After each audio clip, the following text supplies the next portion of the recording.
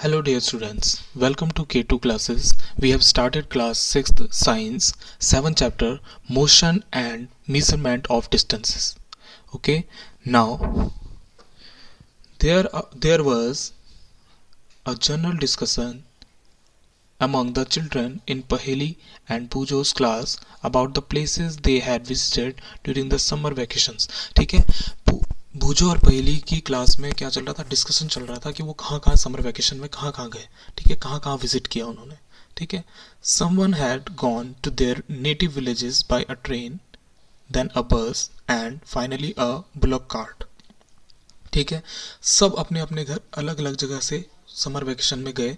कोई अपने आसपास की जगह, कोई ट्रेन से गया अपने जानने वाली जगह, कोई बस से गया, कोई ब्लॉक कार्ट से गया, बैलगाड़ी से गया. ठीक है, one student had travelled by an aeroplane. एक जो स्टूडेंट था वो एरोप्लेन से गया. Another spent many days of his holidays going on fishing trips in his uncle's boat. ठीक है, एक कोई बच्चा क्या हुआ, वो अपने हॉलीडे में अपने अंकल के यहाँ गया था और उसने फिशिंग ट्रिप का एंजॉय किया. और किस किस में किया, अंकल की बोट में बैठकर उसने फिशिंग ट्रिप का एंजॉय किया. ठीक है, फिशिंग की. तो अलग अलग जगह अलग अलग चीज़ों से लोग, बच्चे जो थे वो एक जगह से दूसरी जगह गए.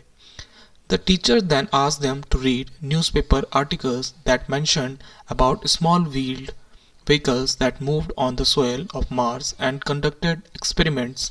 ठीक है, टीचर्स ने उसके बाद क्या बताया, क्या पूछा, देम टू रीड न्यूज़पेपर. उनसे बोला कि आपने न्यूज़पेपर पढ़ा, articles that mention about small wheel vehicle that moved on the soil, कि आपने देखा कि जो मार्स पे क्या है, मार्स की जो सोयल है उस पर एक स्मॉल व्हील्ड व्हीकल को भेजा गया है जो उस पर उसमें वॉक की है, जो उसमें घूमा है उसमें. ठीक है, मूव किया है उसने. एंड कंडक्टेड एक्सपेरिमेंट, और एक्सपेरिमेंट भी किए हैं. ये भी पता है आपको कि जो क्या मार्स पे क्या है, किसी व्हील्ड व्हीकल को भेजा गया है, स्मॉल व्हील्ड व्हीकल को. ठीक है, और उसने वहाँ एक्सपेरिमेंट भी किया है. ठीक है, these vehicle were taken by spacecraft all the way to Mars. ठीक है, ये सारा जो व्हीकल है उसको भेजा गया स्पेस क्राफ्ट के थ्रू. ठीक है, मीन वाइल पहेली had been reading stories about ancient India and wanted to know how people traveled from one place to another in earlier times. ठीक है, पहेली ने कई सारी स्टोरीज पढ़ी थी कि एंशियंट इंडिया में क्या लोग रहते थे, उनके बारे में पढ़ा था.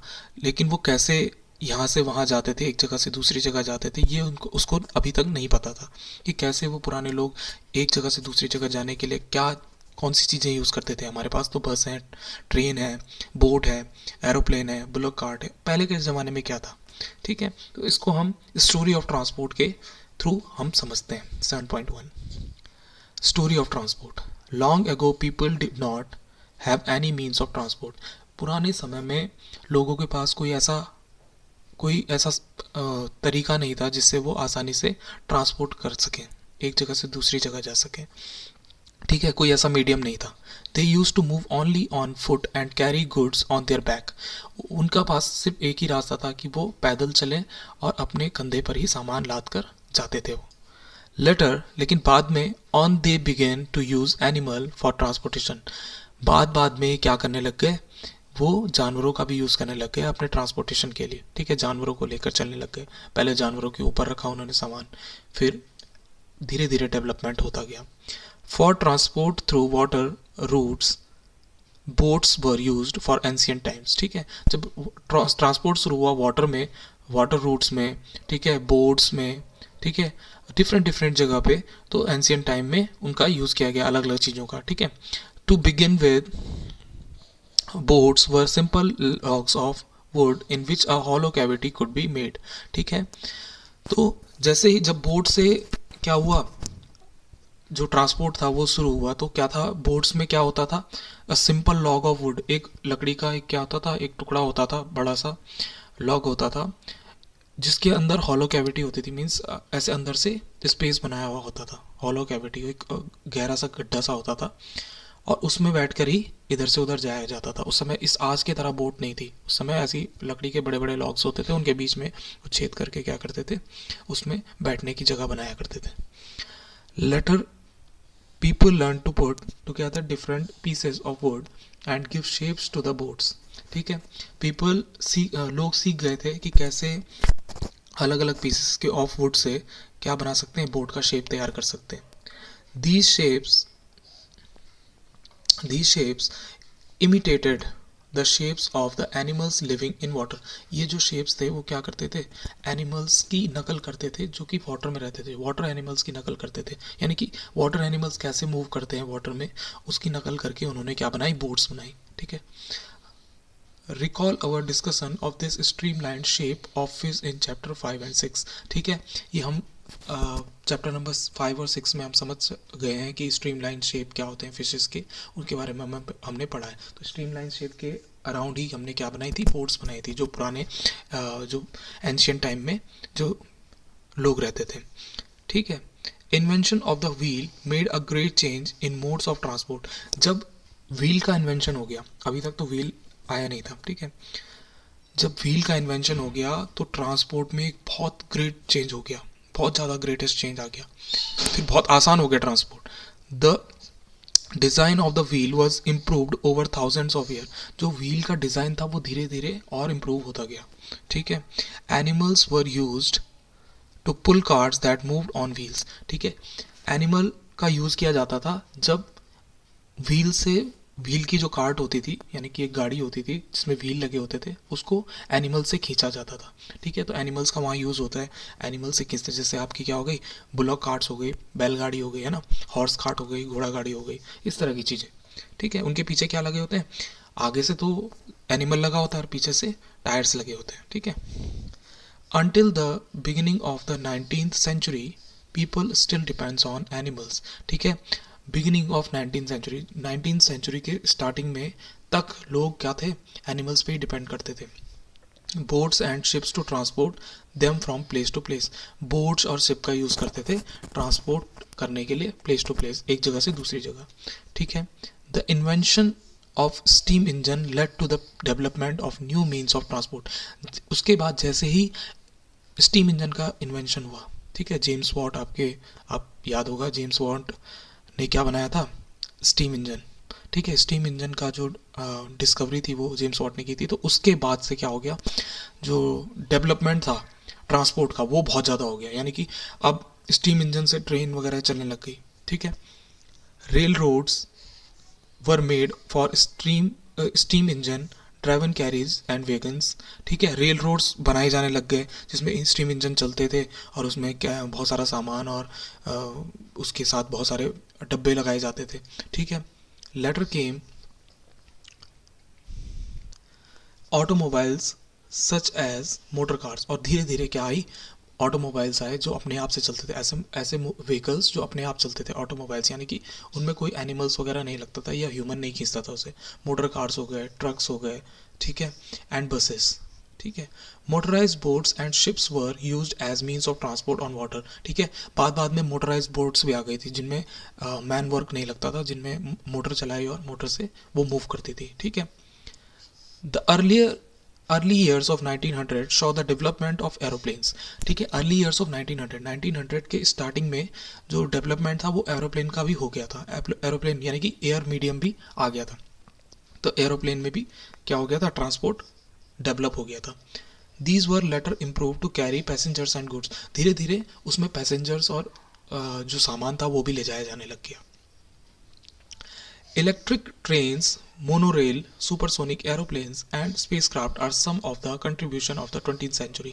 और 20th century में क्या क्या होने लग गए, इलेक्ट्रिक ट्रेन्स चलने लग गई, मोनोरेल्स, सुपरसोनिक एरोप्लेन्स चलने लग गए जो आवाज़ से भी तेज होते थे, and spacecraft are some of the contribution of the 20th century। ठीक है, स्पेस क्राफ्ट वगैरह सब ये 20th century में हो गया था। इसके बाद figure 7.1 shows some of the different modes of transport. ठीक है, जो 7.1 आपका डायग्राम है उसमें डिफरेंट मोड्स ऑफ ट्रांसपोर्ट दिखाए हैं आपको। ये देखो, ये साइकिल हो गई, ये एरोप्लेन है, शिप, ये हॉट क्या हो गई, बुलक कार्ट हो गई, बस, ट्रेन। ठीक है, डिफरेंट मोड्स हैं। Places them in the correct order from the earliest modes of the transport to the most recent. ठीक है, आपने इनको अर्लीस्ट मोड से अब रिसेंट ये मॉडर्न टाइम तक आपने इनको लिस्टिंग करना है कि पहले के कौन थे, अब के कौन है। ठीक है। Are there any of the early modes of transport that are not in use today। और ऐसे मोड्स को भी आपने मेंशन करना है कि जो आज हमको नहीं दिखाई देते हैं, पहले के थे लेकिन अब नहीं दिखाई देते हैं, ठीक है, क्योंकि अब एडवांसमेंट हो गया, अब वो पुराने टाइप के जो ट्रांसपोर्ट थे वो अब यूज़ नहीं किए जाते क्योंकि उनमें ज़्यादा समय लगता है। 7.2 how wide is this desk, ठीक है, कितनी चौड़ी है कोई डेस्क, इसका पता कैसे लगाएंगे, ठीक है। अब ये भी कैसे हम मीज़र करते हैं, किस चीज़ को कैसे हम नापते हैं, उससे हमें रिलेटेड है। How wide is this desk, क्या कितनी चौड़ी ये डेस्क है। How did people know how far they have travelled, कैसे लोग ये जान पाएंगे कि वो कितनी दूर तक गए हैं, घूमने गए हैं, ट्रैवल किया है उन्होंने, कितनी दूर तक गए हैं वो आपस में।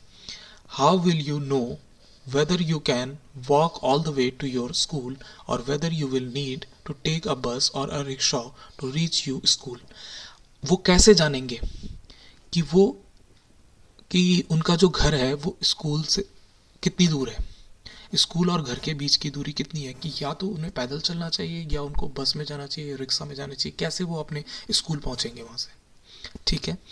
When you need to purchase something, जब आपको कोई चीज़ खरीदनी है, is it possible for you to walk to the market, how will you know the answers to these questions, तो कैसे वो आंसर देंगे इस क्वेश्चंस का कि उनको कैसे पहुंचना है, मार्केट में कैसे पहुंचना है, कितनी दूरी है, वो जब उनको मेजरमेंट पता होगा, राइट मेजरमेंट पता होगा कि कहाँ पर से कितनी दूरी उनके पास, उनको ज़रूरी है कि उनको क्या करना है, कहीं पहुंचना है तो उनको पहले डिस्टेंस पता होनी चाहिए, तो डिस्टेंस पता करने के लिए उसको कोई मेजरमेंट पता होना चाहिए कि कैसे वो उसको मेजर करेंगे। It is often important to know how far a place is, it is often important to know, ये अक्सर ये ज़रूरी है कि हाउ फार कोई कोई जगह कितनी दूर है, ठीक है, so that we can have an idea how we are going to reach that place, तभी हम कुछ आइडिया लगा सकते हैं कि हम उतनी दूर कैसे पहुँचेंगे। जब हमें किसी चीज़ की डिस्टेंस पता होगी तभी हम ये पता लगा सकते हैं कि कैसे पहुँचेंगे, क्या क्या मीडियम हम यूज़ कर सकते हैं, ट्रांसपोर्ट हम करेंगे, पैदल जा सकते हैं या हमें कोई व्हीकल लेना पड़ेगा, है ना। वॉक, टेक अ बस और a train, a ship, an aeroplane और इवन अ स्पेस क्राफ्ट, क्या लगेगा, ठीक है।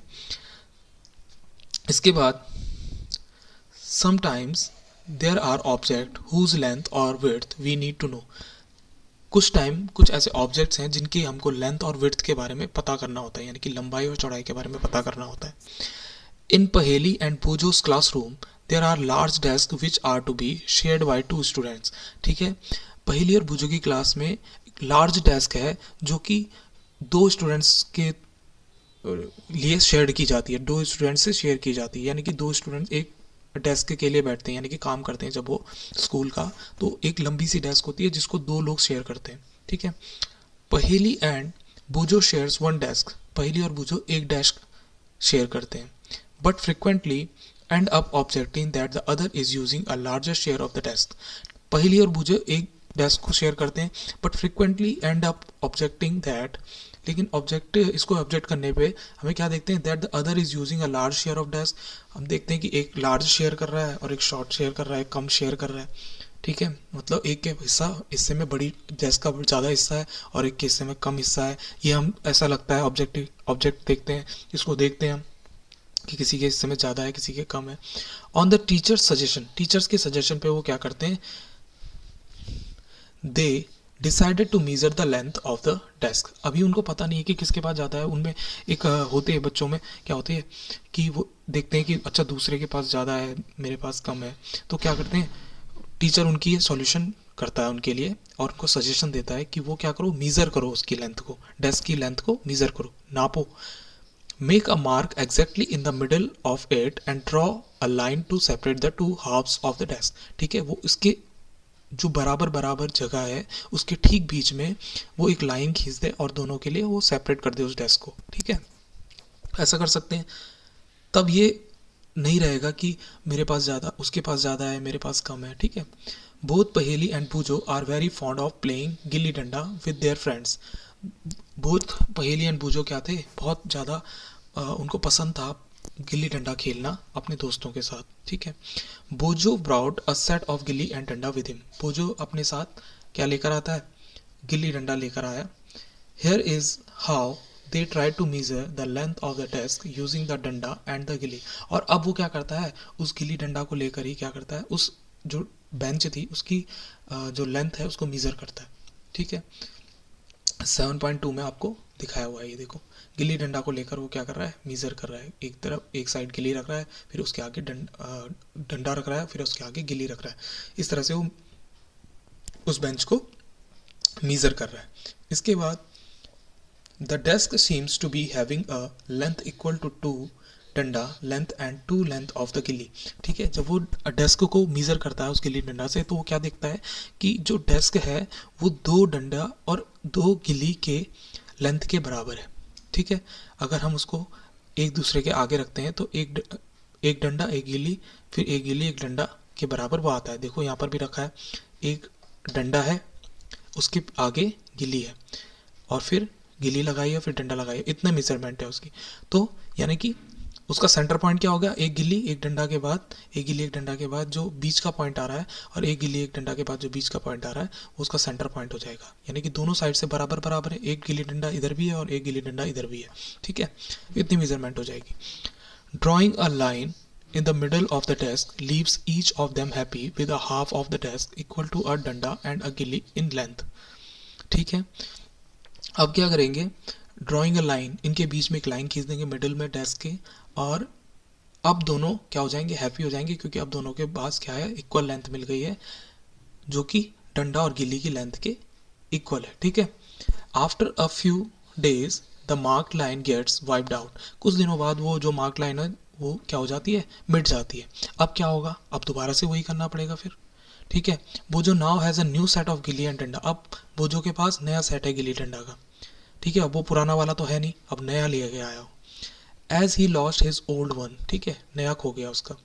Hair is how the length of the desk seems to measure using the gilli and डंडा।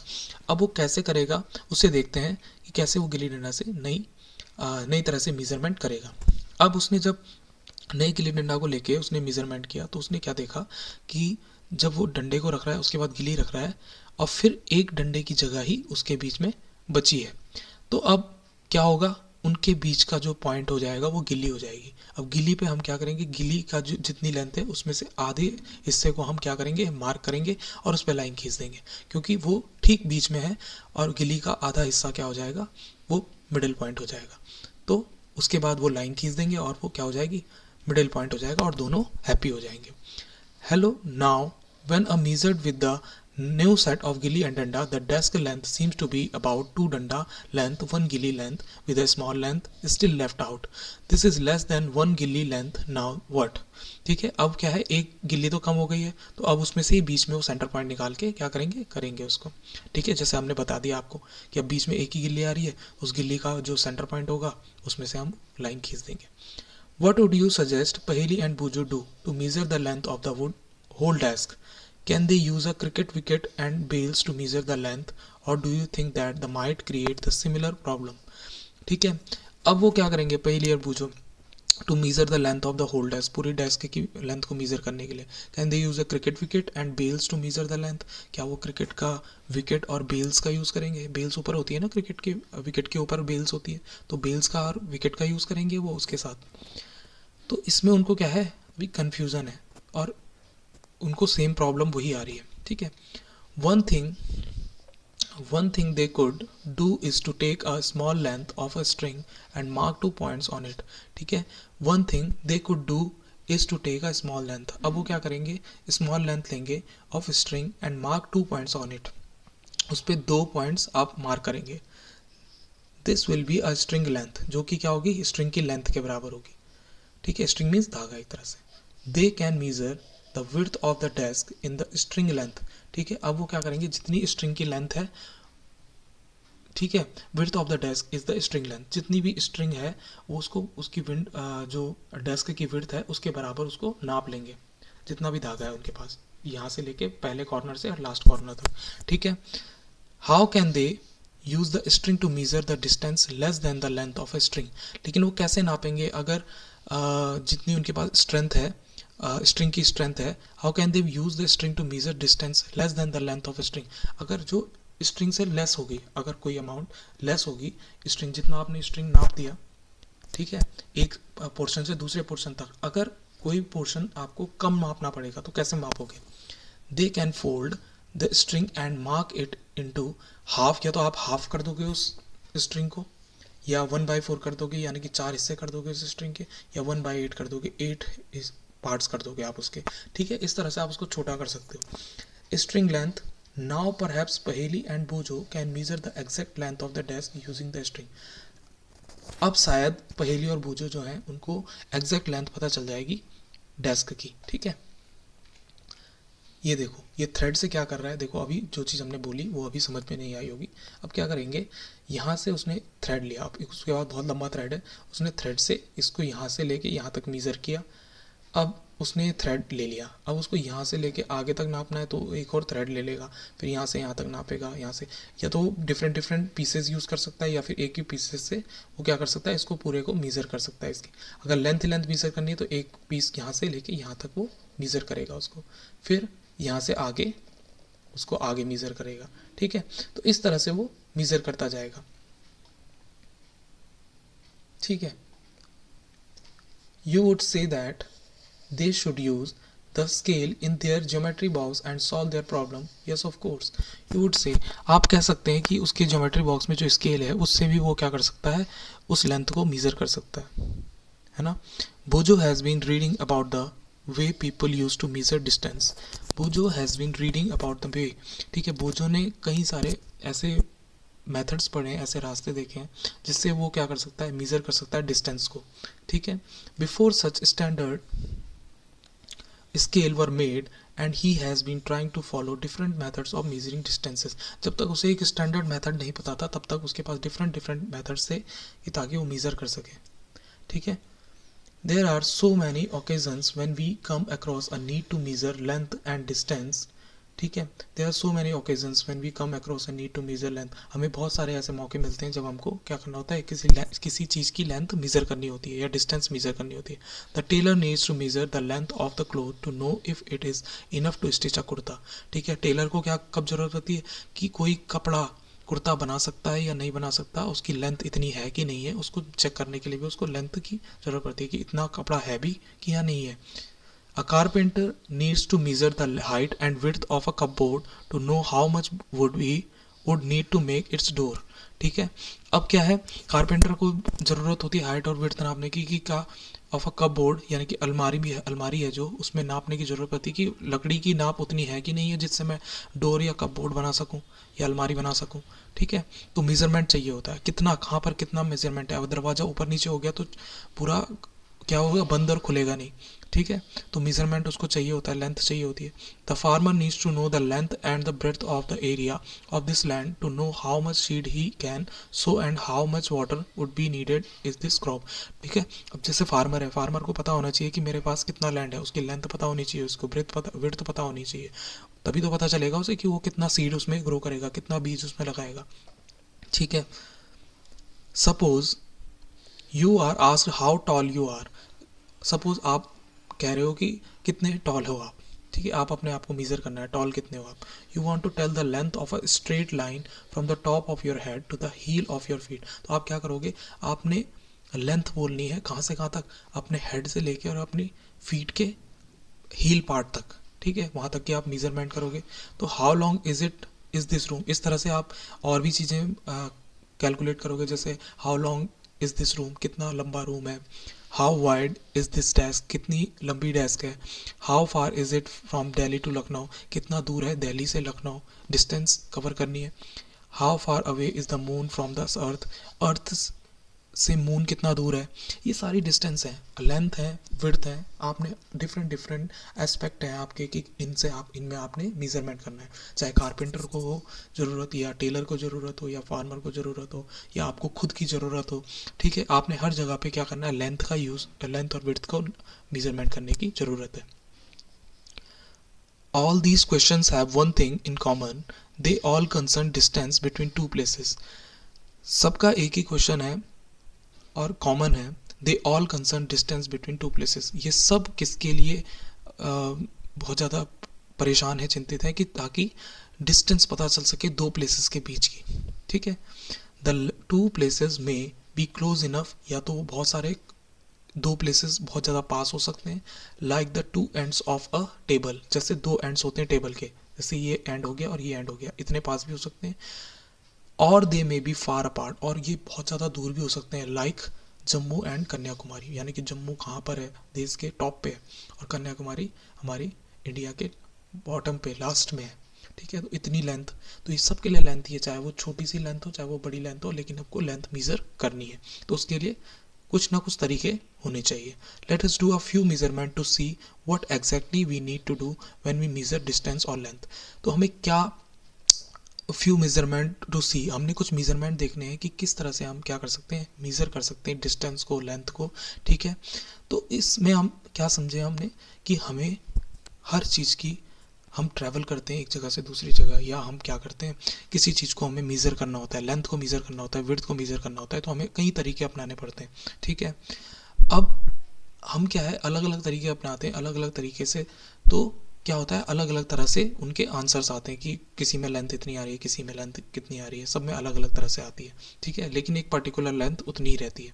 ठीक है, तो एक क्या होता है, हमारे पास कई कई सारे तरीके हैं जिसमें हम लेंथ नापते हैं, चाहे वो छोटी सी डिस्टेंस हो चाहे वो बड़ी डिस्टेंस हो, चाहे एक जगह से दूसरी जगह की, जैसे इंडिया में टॉप पे है जम्मू और लास्ट में है कन्याकुमारी, उतनी दूर तक, या आपके घर से आपकी स्कूल तक की डिस्टेंस, इतनी तरह के डिस्टेंसेस हैं, आपके घर से मार्केट तक की डिस्टेंस, तो ये सारी डिस्टेंसेस क्या आती हैं, इनको मेज़र करने के लिए कोई ना कोई मेजरिंग मेथड चाहिए होता है। ठीक है, तो सब मेजरमेंट्स नीचे दिए हैं आपको 7.3 में, इसको हम नेक्स्ट वीडियोस में कवर करेंगे, बहुत इंटरेस्टिंग होने वाला है आगे का ये वीडियो। सो आज हम इस चैप्टर में इतना ही करेंगे, आगे के वीडियोस आते रहेंगे और हमारी इन चैप्टर्स को लेकर अंडरस्टैंडिंग और अच्छी हो जाएगी।